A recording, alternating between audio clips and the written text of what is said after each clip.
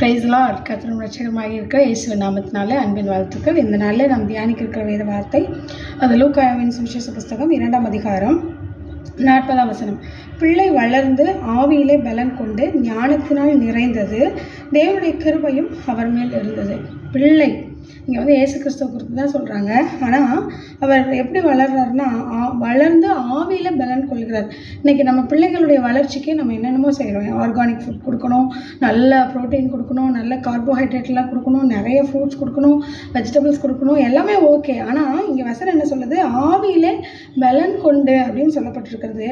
அதுக்கப்புறம் ஞானத்தினால் நிறைந்தது அப்படின்னு சொல்லி இயேசுவானவர் பற்றி சொல்கிறாங்க.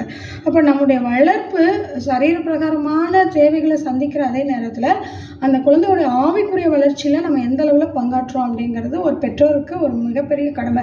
ஸோ பெற்றோர்கள் பிள்ளைகளை ஆவியில் நடத்த பழக்க வைக்கணும். நம்ம ஆவிக்குரிய காரியங்களை சிந்திக்கிற வயதை உடைய நாம் அந்த மாதிரி அறிவில்லாத குழந்தைகளுக்கு நம்ம ஆவியில் பலப்படுவதற்கு நம்ம அவங்கள வழி நடத்தணும். அதற்கு ஆவியானுடைய கைடன்ஸ் கேட்கணும். அதுக்கப்புறம் பார்த்திங்கன்னா ஞானத்தினால் நிறைந்திருந்தது. கர்த்தருக்கு பயப்படுறதுலே ஞானத்தின் ஆரம்பம். இன்னைக்கு எஜுகேஷன் பயங்கர ஹைஃபையாக போயிட்டுருக்கு.